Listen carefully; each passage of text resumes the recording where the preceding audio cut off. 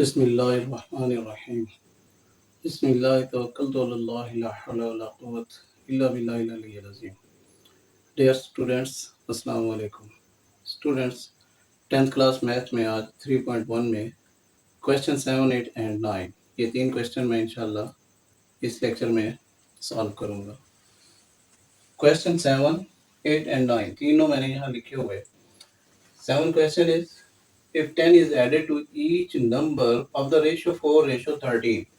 ये बिल्कुल उससे प्रीवियस क्वेश्चन जैसा, जैसे हमने 6 क्वेश्चन किया था उसमें भी दो नंबर दिए हुए थे, कोई एक रेशो थी, तो ऐसा ही यहाँ पर है 4:3 में कोई नंबर्स हैं।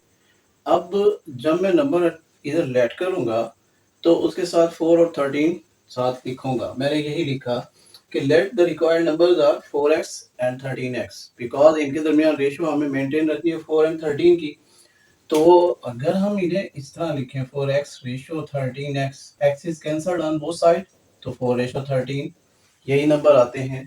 तो हमें यही रेशियो मेंटेन रखनी है, इसलिए मैंने numbers 4x and 13x late कर दिए। अब उसका क्वेश्चन है कि अगर हम 10 ऐड करें इस रेशियो के हर नंबर में, मतलब अगर आपने 4x लेट किया फर्स्ट नंबर तो उसमें 10 ऐड करें, और 13x सेकेंड नंबर उसमें भी 10 ऐड करें, तो ये रेशियो एक न्यू रेशियो 1:2 के इक्वल आ जाती है। उसका ये क्वेश्चन है, तो आपने वो नंबर्स फाइंड करने हैं। स्टूडेंट, इस तरह हम पहले x की वैल्यू फाइंड करेंगे, जैसे प्रीवियस क्वेश्चन में हमने ऐसा ही किया था, तो ऐसा इस क्वेश्चन में भी होगा। 4x एंड 13x ये हमारे नंबर्स, रिक्वायर्ड नंबर्स। अब इसमें 10 ऐड किया दोनों तरफ, ये एक रेशो में थे, तो एक न्यू रेशो बन गई 1:2। ये उसने कंडीशन दी हुई है।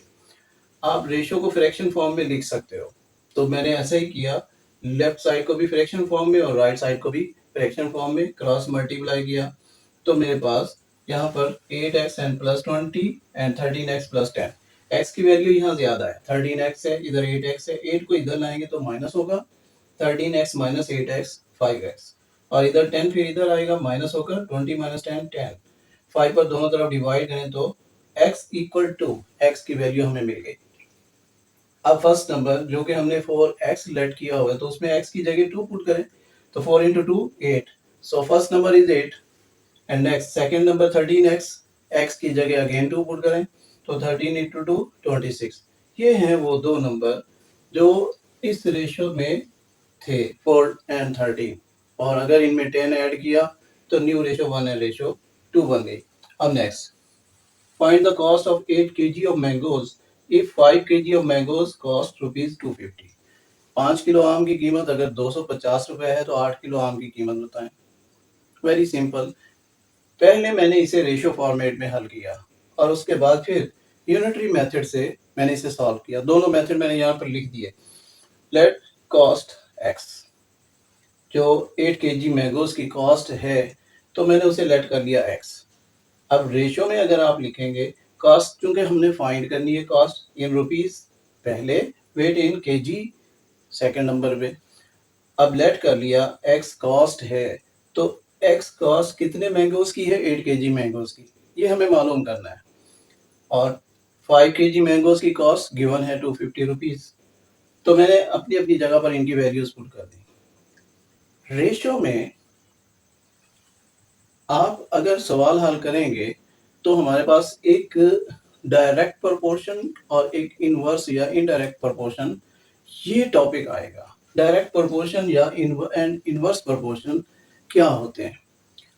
डायरेक्ट प्रोपोर्शन मीन कि अगर एक वैल्यू इंक्रीज होती है तो दूसरी भी इंक्रीज हो, और अगर एक वैल्यू डिक्रीज होती है तो दूसरी भी डिक्रीज हो, ये डायरेक्ट प्रोपोर्शन कहलाएगा या डायरेक्ट वेरिएशन कहलाएगा।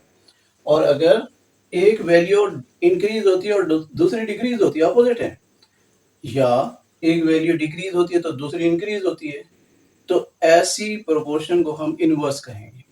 अब इनका यहाँ पर क्या लेना देना, कैसे ये हमारे लिए हेल्पफुल होंगे? देखें, हमने x फाइंड करना है, मैं एक एरो यहाँ पर दे दूंगा डाउनवर्ड, तो फिर इसे भी डाउनवर्ड। ये डायरेक्ट प्रोपोर्शन है ना, तो जैसा एरो इधर होगा वैसा एरो इस साइड पर होगा।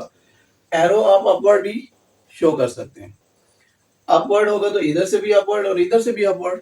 अब जब आप सिंप्लीफाई करोगे तो चूंकि हमने x की वैल्यू फाइंड करनी है, यहीं से मैंने स्टार्ट किया। x डिवाइडेड बाय 250 एक साइड, ये इक्वल होगी 8 डिवाइडेड बाय 5। सेम क्योंकि डायरेक्ट है तो इधर की भी अपर वैल्यू मैंने ऊपर लिखी, इधर की भी अपर वैल्यू ऊपर लिखी। अब आपके पास 250 बटे में है, फ्रैक्शन में है, तो दोनों तरफ 250 से आप मल्टीप्लाई करोगे, ये कैंसिल आउट, 250 कैंसिल, x बच जाएगा, x विल बी इक्वल, आप इसे भी सिंप्लीफाई कर लो, 5 अंदर 5, 5 5 25 एंड 0 साथ आएगा, 50 मल्टीप्लाई बाय 8 400। क्योंकि ये प्राइस थी तो ये रुपीस में आएगा 400। हमने रेशियो के फॉर्मेट में इसे हल कर लिया। अब सेकंड मेथड यूनिटरी मेथड, मतलब पहले सिंगल केजी की वैल्यू फाइंड कर लें और उसके बाद फिर रिक्वायर्ड वैल्यू यानी 8 केजी। अब आपको जो चीज फाइंड करनी है वहीं से हम स्टार्ट करेंगे। हमने कॉस्ट फाइंड करनी है तो मैंने कॉस्ट लिख दिया। Cost of 5 kg mangoes is given 250 rupees 250। अब कॉस्ट ऑफ 1 kg क्या होगी? ये कम हो रही है, मतलब आपने 5 पे डिवाइड किया तो 1 आया ना, तो इधर भी डिवाइड करेंगे। और ये चीज ध्यान में रखें, जब चीज कम हो रही हो, ज्यादा से कम आप फाइंड कर रहे हो, आप डिवाइड क्या करेंगे? मैंने डिवाइड कर दिया। अब यहाँ 50 आ गया, so cost of 1 kg of mangoes is ₹50। आपने अब 8 kg मैंगोज की वैल्यू फाइंड करनी है। अगर 8 है तो 8 से मल्टीप्लाई करेंगे बोथ साइड पे, और अगर 8 से ज्यादा है, 15 kg कह रहे हैं, तो 15 से मल्टीप्लाई कर दो। मैंने 8 cost of 8 kg mangoes equal ₹50 multiply by 8। अब चीज बढ़ रही है तो मल्टीप्लाई करेंगे, पहले 1 kg था, अब 1 से 8 kg मैंगोज की प्राइस आप फाइंड कर रहे हो, तो चीज ज्यादा हो रही है, इसलिए मैंने अब मल्टीप्लाई किया, ₹400 आंसर। सेम क्वेश्चंस हैं, तो आपके पास ये भी एक मेथड, ये भी एक मेथड। आपको कौन सा मेथड इजी लगा आप मुझे कमेंट में बताएंगे, ताकि मैं उसी को फॉलो करूं स्टूडेंट्स के लिए। अब नेक्स्ट एक रेशियो गिवन है, a ratio b is equal to 7 ratio 6। तो आपने नेक्स्ट इस रेशियो की वैल्यू फाइंड करनी है। अब a रेशियो b अगर 7 रेशियो 6 के इक्वल है, देन a की वैल्यू 7 और b की वैल्यू 6 होगी। आप एक अरेंजमेंट चेक करें ना, a फर्स्ट नंबर पे है तो फर्स्ट नंबर की वैल्यू a की होगी, एंड सेकंड नंबर पे b है तो सेकंड नंबर की वैल्यू b की होगी। मैंने यहाँ लिख दिए ये दोनों वैल्यूज। आपने एक चीज नोट की होगी कि मैं जब b लिखता हूँ तो उसे एक कट भी देता हूँ, ये स्मॉल b के लिए ऊपर एक कट लगाता हूँ। देखें इधर 6 भी लिखा हुआ है, तो अगर मैं कट ना लगाऊं b को तो ऑलमोस्ट ऐसे लगेगा जैसे 6 लिखा हुआ है, तो मिक्स अप हो जाएगा। इसलिए मैंने b को एज अ कट शो किया कि पता लगे कि ये b है। अब जिस चीज की वैल्यू मैंने फाइंड करनी है वो एक रेशियो है, ऐसे ही लिख दिया।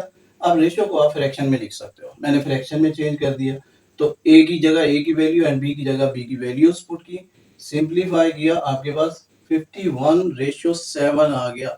यही तो वो वैल्यू है जो हमने फाइंड करनी थी। Thank you.